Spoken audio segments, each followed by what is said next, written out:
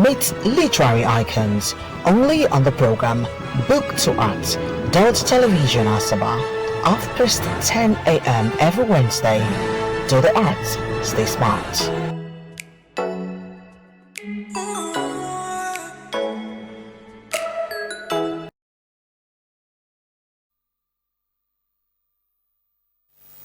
Alright then, welcome to the program Book to Art on Delta Television, the People's Pride.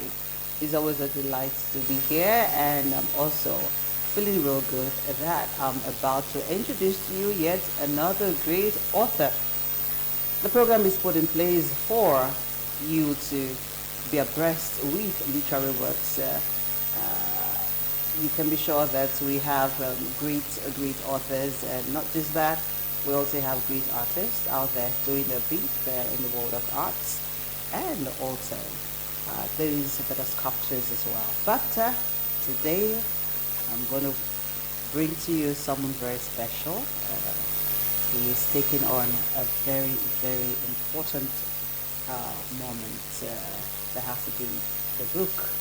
And this book bothers on where you live, it bothers on Delta State, the Niger Delta particularly. But our guest is a prolific writer and is also a political development activist. So much about him. Would let you in on that shortly, but I want you to fill the pause and let's meet our guest on the profile. But that to also fill his pause on literary works. Let's fill his book. He has a very, very amazing book, and that's this book. It's Echoes from the Creeks of Niger Delta. Our guest today is no other than Dr. Ebi Waboke. Let's meet him on the profile.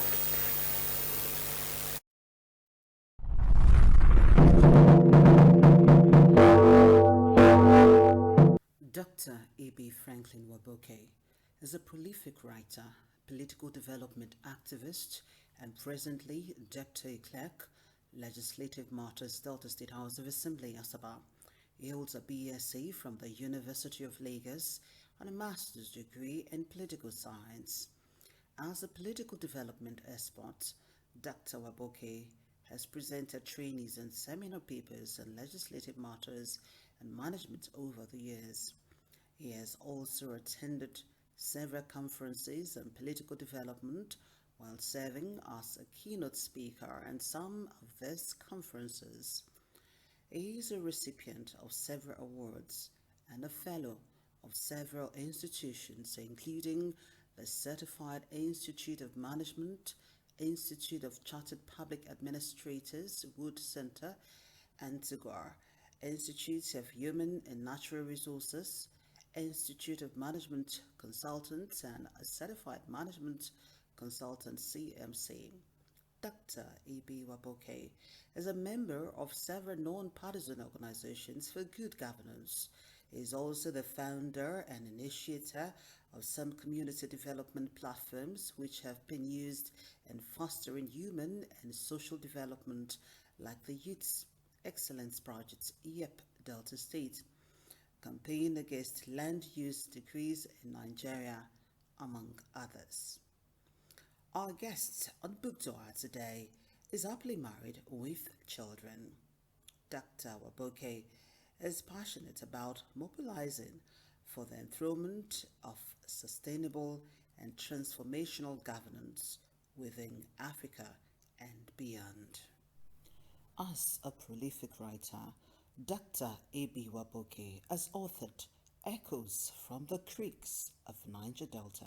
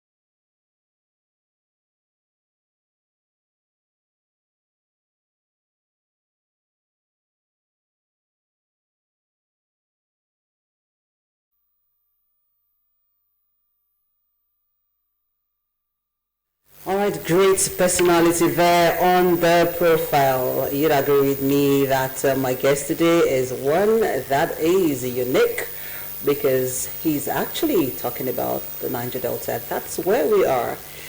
Delta State is very important, and it's also very key for us to know what is happening in the state and for us to also look at other areas that are of concern. And I was actually looking at the book and I discovered that there is a bit on this book that has to do with, yes, poems, and I love poems as it were, but I feel it was on poems. What is this poem all about? And then another area of interest that caught my eye, because I know that the book is actually very vast, is that of the task before the elites that you get on 30 pages, 30 to 34. Let me not let the cat out of the bag too much as we dwell on literary works. Who made him shuffling?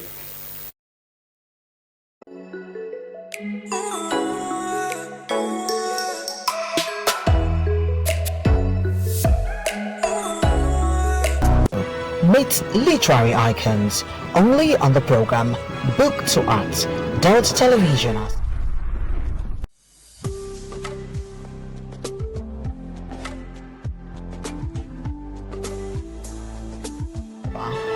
Past 10 a.m. every Wednesday. Do the arts, stay smart.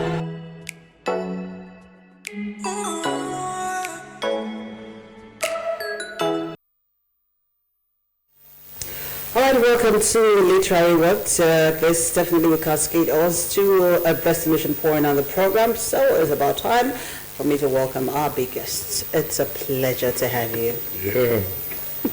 And I like the fact that, you said you're going to do the trad, and I like the fact that, I like the buttons, it's all trad all through, and it's the first time I'm actually seeing buttons and beads, so that's to let people know that you're not just an author, you are also into the arts as well, culture. Very well, and I'm a chief. Oh, you're a chief.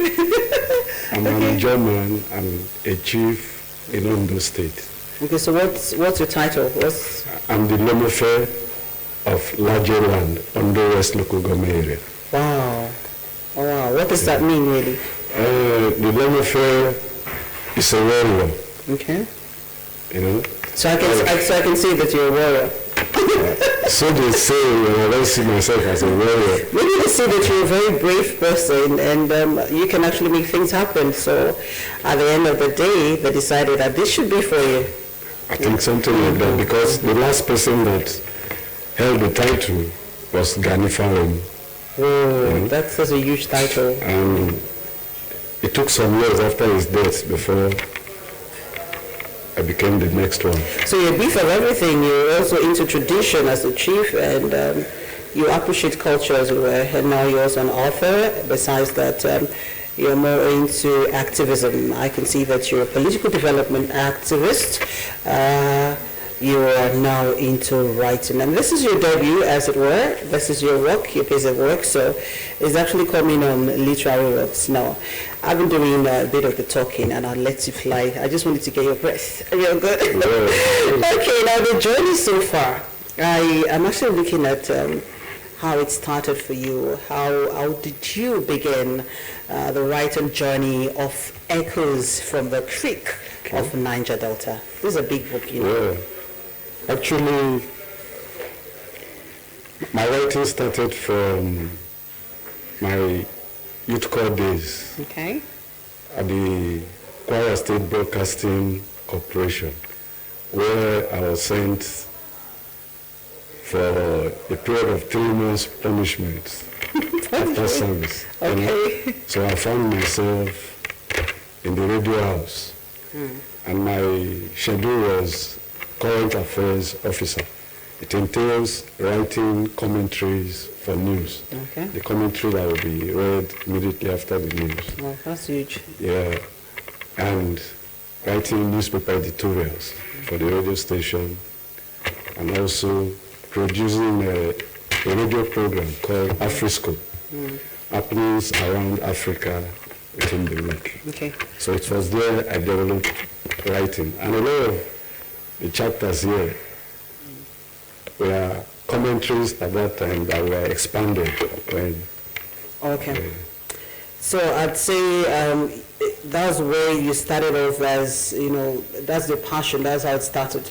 You started loving the act of writing because it's been part of you, your kind of work normally.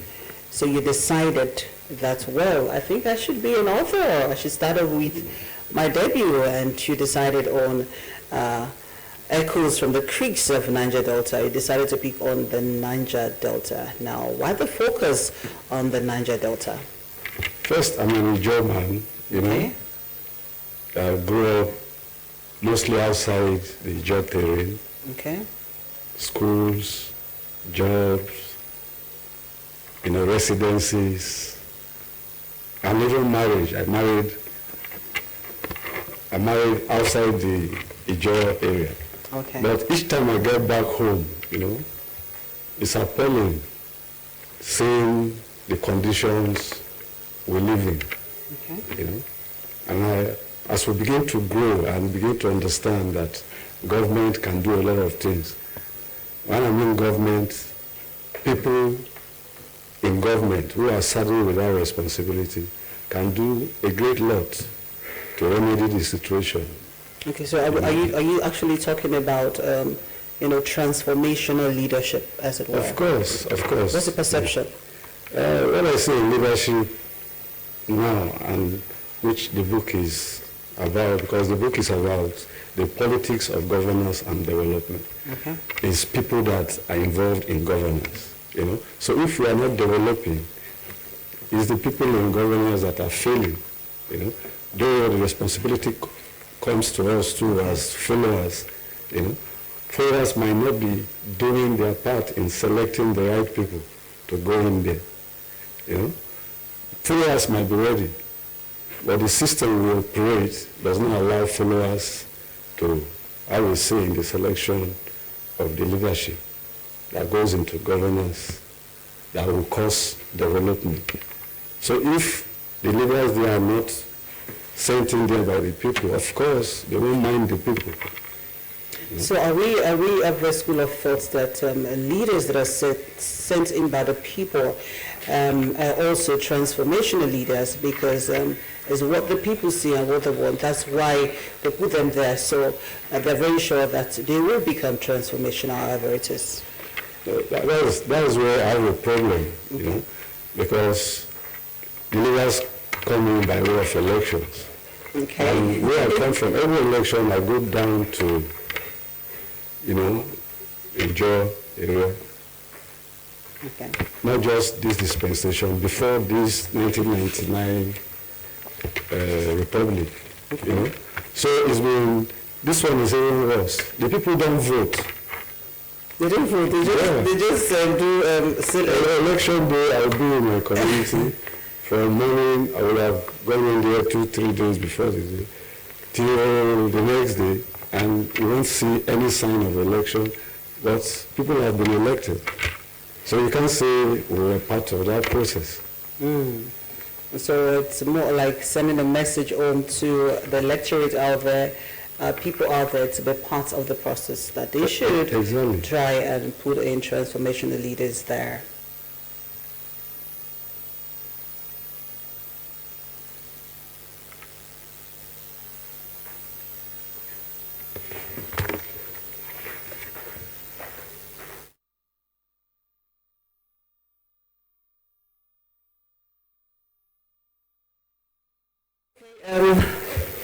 Welcome back. That was just a short break, however it is. And we've been interacting with Dr. Ebi Waboke. He's an author, better still, he's an activist. When we talk about the political bit of it, and he's saying that transformational leadership is key. That is what we should clamor for. That is what citizens should clamor for. And his concerns, people don't even come out to do their bit as it relates to election. They should come and also exercise their franchise to put in that leader that they think is transformational. And that's the whole idea. Now, doing handpick to him, it's wrong. So the book has a moral lesson as it relates to the electorates and, of course, elections. But I'll be back to him again.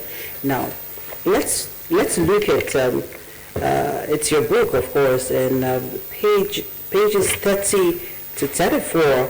It's very, very key to what you just explained, and that has to do with the task before the elites. Now, for those who do not have this book, and we're talking about this book, and we're talking about the task before the elites, what message are you sending across to people, and what should we take on first when we hear the task before the elites?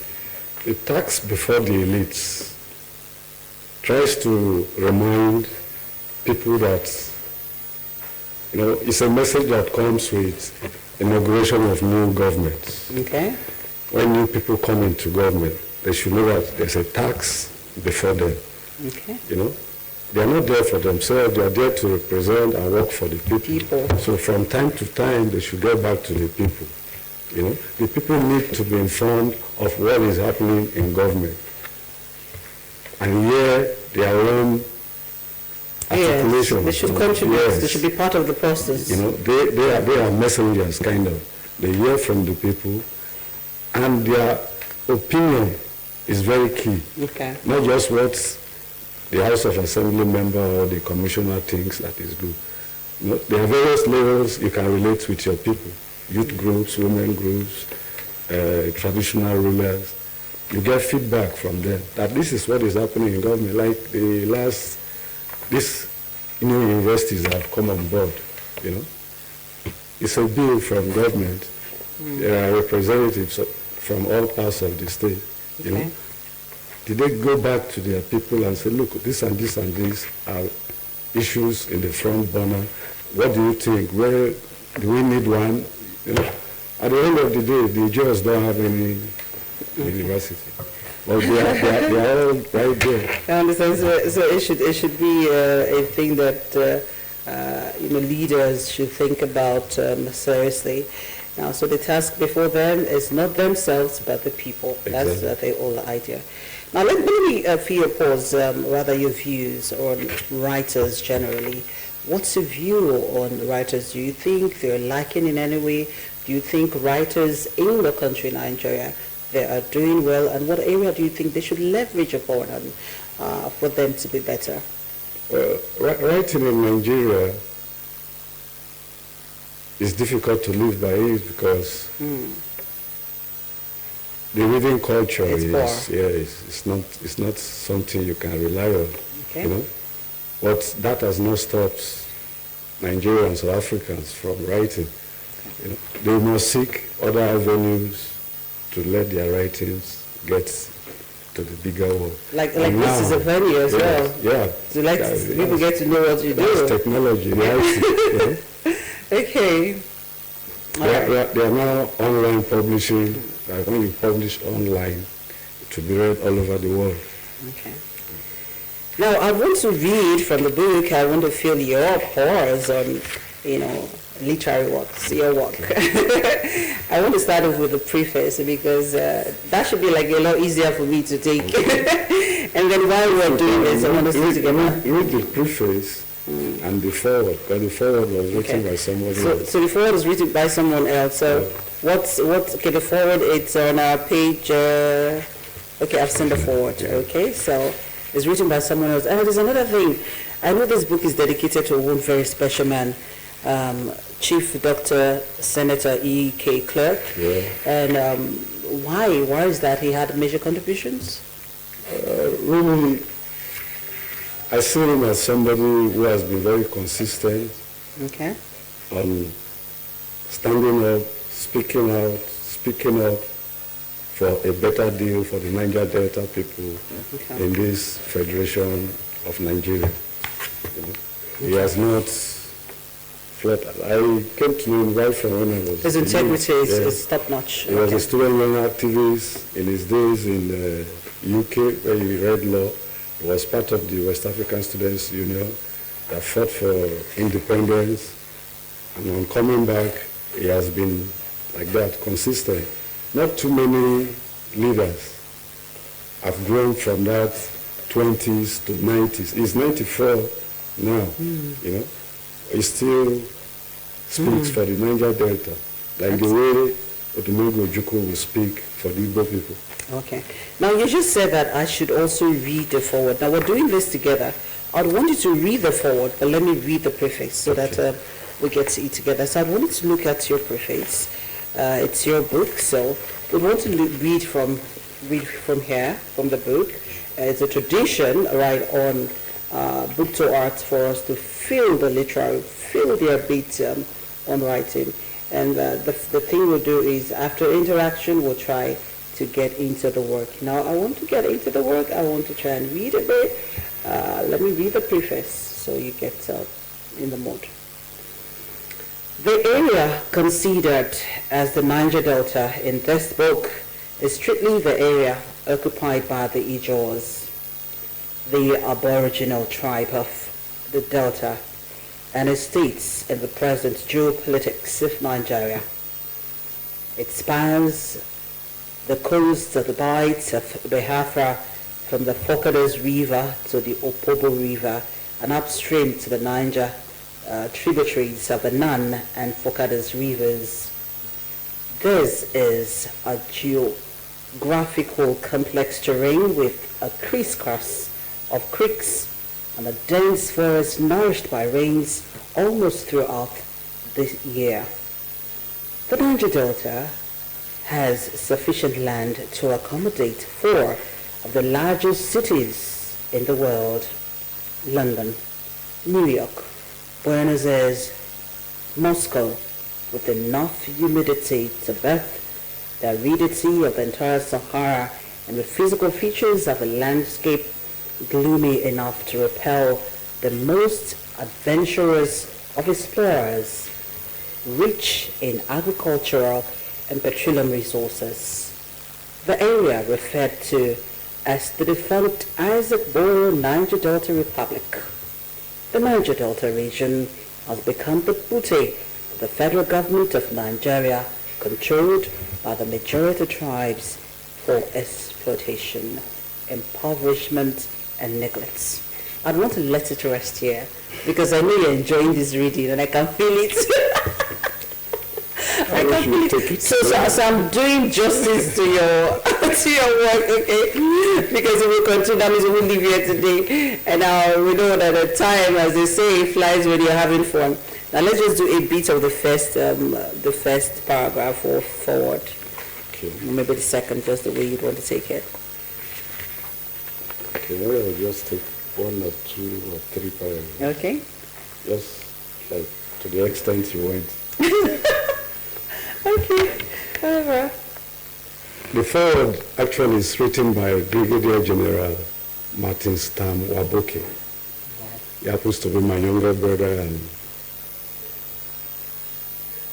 let me read what he wrote here. Okay.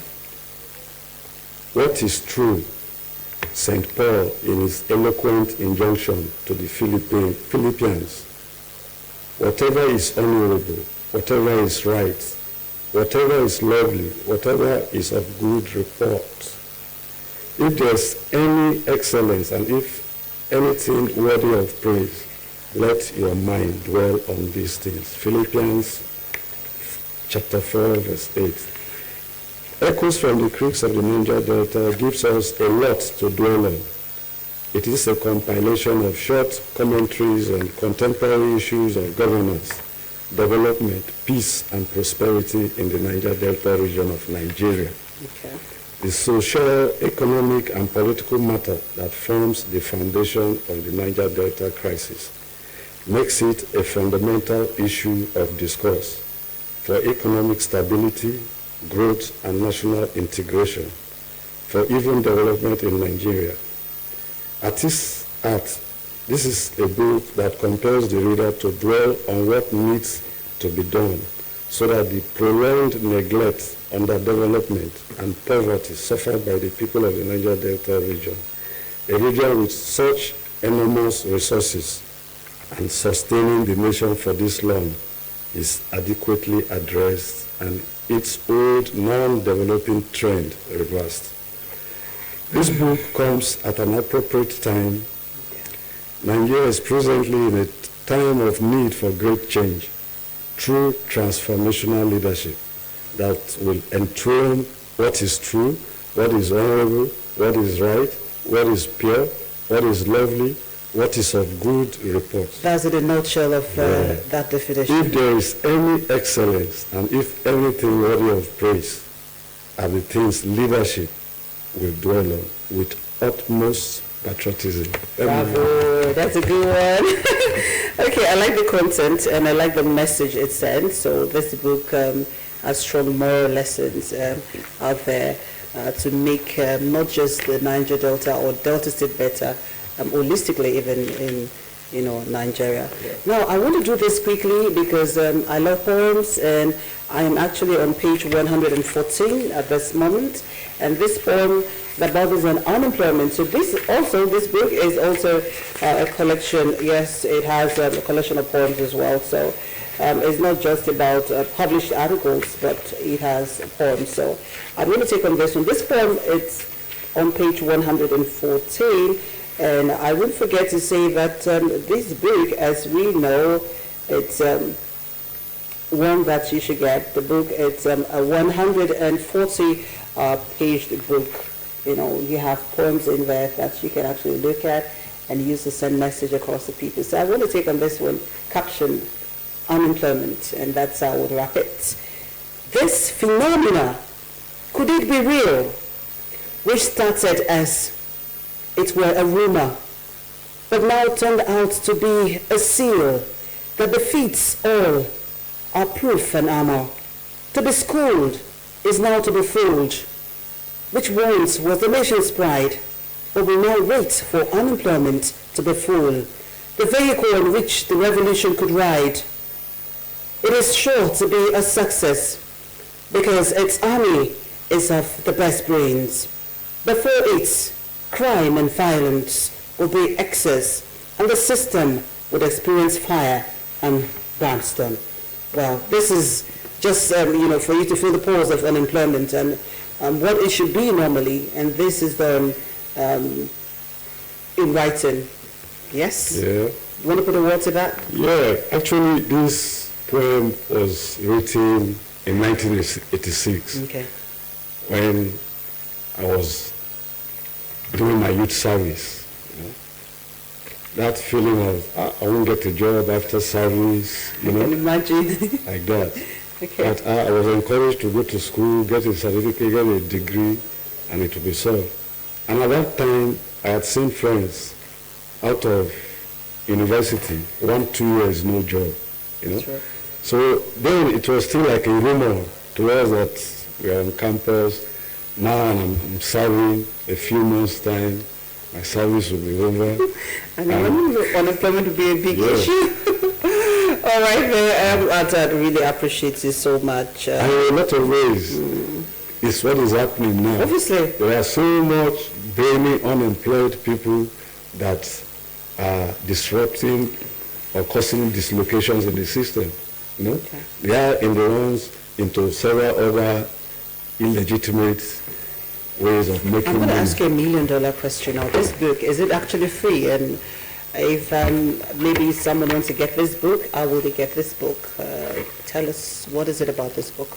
Right now, this book is published online by Amazon.com, Okay. and they fix the international price. Okay, don't tell us the price. I just want to know. So Amazon, they can actually go there and put this their name, and then they'll get this book. Yeah. So now here in Asaba, or maybe here in Nigeria, this book, is it in the market? Has it been launched or anything?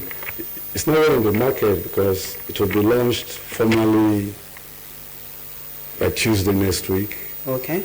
You know? Okay, in the capital city. Yeah, in Asaba, yeah. All right. And after the election, the price will be made Public. Okay. I didn't give you details because if you give me details, that means somebody's account will be growing. All right. We appreciate you for coming. Thanks for coming. It's a pleasure. And don't forget, my guest today is a chief. Not just that, he's an activist and he's a doctor. an author, and he has a bit of everything, I did say. So it's interesting to have him, and would want to tap into your other literary work. Just let me know when it's out. Right. It's a pleasure. And this is how we wrap it on the program Book to Art. It's always very fast. The fastest 30 minutes. You're on television, and it's your people's pride. It's about 10 on Wednesday next to be part of it. For me, it's bye-bye.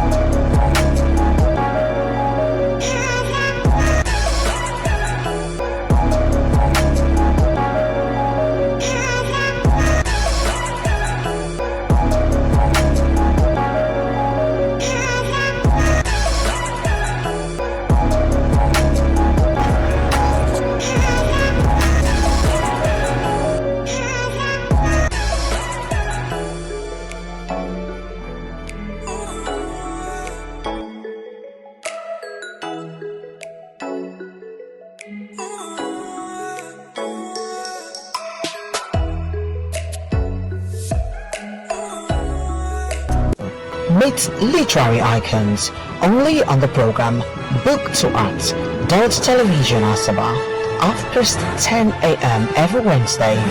Do the art, stay smart.